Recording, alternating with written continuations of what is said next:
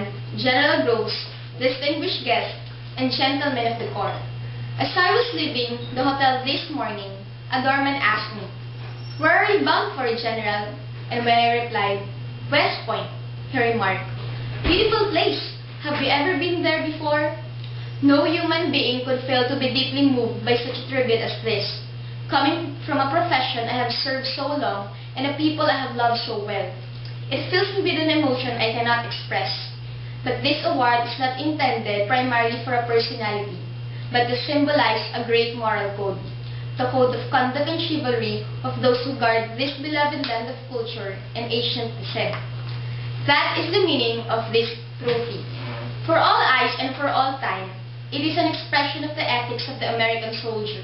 That I should be integrated in this way with so noble an ideal arouses a sense of pride and yet of humility which will be with me always. Duty, honor, country.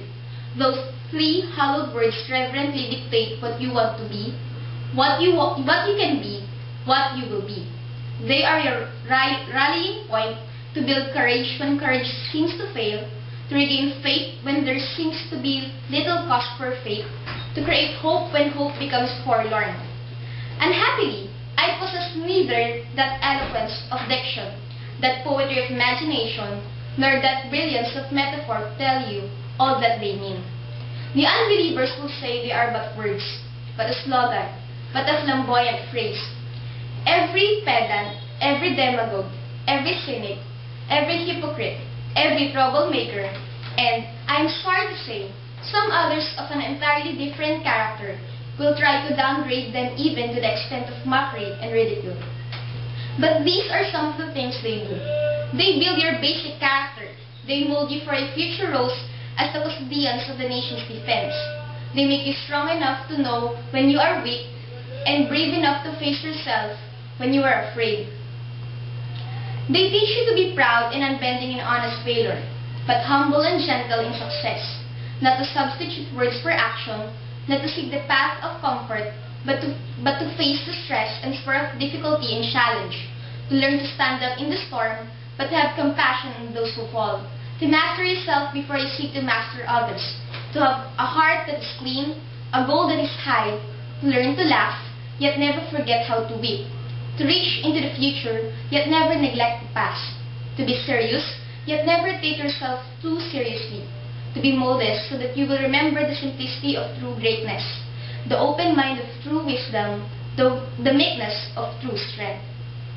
They give you a temperate will, a quality of imagination, a vigor of the emotions, a freshness of the deep springs of life, a temperamental predominance of courage over timidity, an appetite for adventure over love of ease.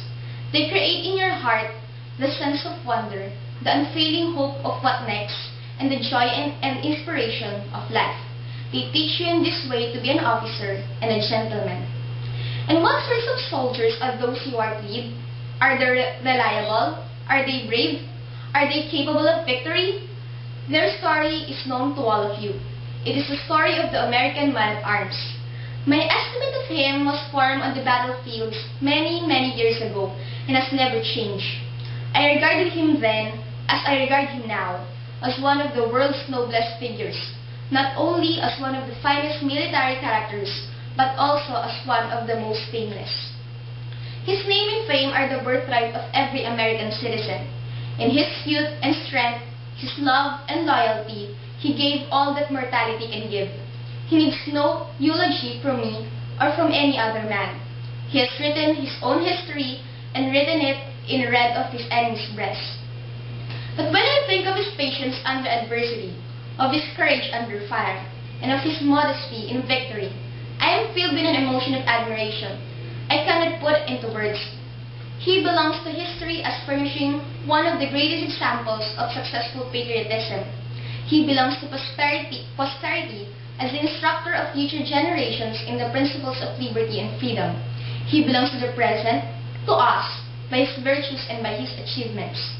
In 20 campaigns, on 100 battlefields, around 1,000 campfires, I have witnessed that enduring fortitude, that patriotic self-abnegation, and that invincible determination which had carved his statue in the hearts of his people. From one end of the world to the other, he has drained deep the chalice of courage. As I listened to those songs of the Glee Club, in memory's eye I could see those staggering columns of the First World War, bending under soggy packs on many a weary march, from dripping dusk to drizzling dawn, slugging ankle-deep through mire of shell-pocked roads, to form grimly for the attack, blue-lit, covered with sludge and mud, chilled by the wind and rain, driving home to their objective, and for many, to the judgment seat of God. I do not know the dignity of their birth, but I do know the glory of their death. They died unquestioning and complaining with faith in their hearts, and on their lips the hope that we would go on to victory. Always for them, duty, hope, country. Always their blood and sweat and tears as they saw the way and light. Yours is the profession of arms, the will to win, the sure knowledge that in war there is no substitute for victory, that if you lose, the nation will be destroyed, that the very obsession of your public service must be duty, honor, country. Others will debate the controversial issues, national and international, which divide men's minds. But serene, calm, aloof, you stand as a nation's war guardians, as its lifeguards from the raging tides of international conflict, as its gladiators in the arena of battle. For a century and a half you have defended, guarded and protected its hallowed traditions of liberty and freedom, of right and justice.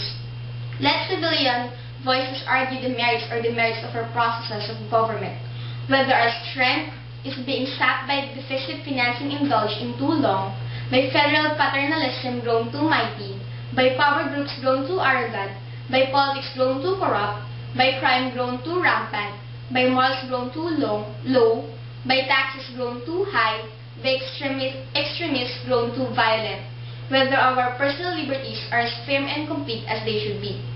These great national problems are not for your professional participation or military solution.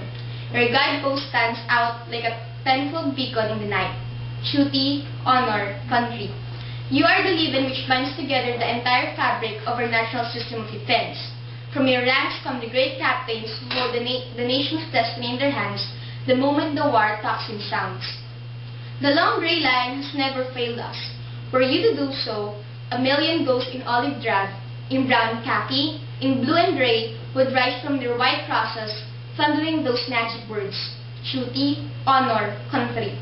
This does not mean that you are warmongers. On the contrary, the soldier above all other people prays for peace, for he must suffer and bear the deepest wounds and scars of war. But always in our ears ring the ominous words of Plato, the wisest of all philosophers. Only the dead have seen the end of war. The shadows are lengthening for me. The twilight is here. My days of old have vanished, tone and things. They have gone glimmering to the dreams of things that were. Their memory is one of wondrous beauty, watered by tears and coaxed and caressed by the smiles of yesterday. I listened then, but with thirsty ear, for the witching melody of faith bugles blowing revive, of fire drums beating the long roll. In my dreams I hear again the crash of guns, the rattle of musketry, the strange, mournful mutter of the battlefield. But in the evening of my memory I come back to the Westpoint. Always the echoes and re-echoes. Duty, honor, country. Today marks my final roll call with you. But I want you to know that when I cross the river, my last conscious thoughts will be of the Corps, and the Corps, and the Corps. I bid you farewell.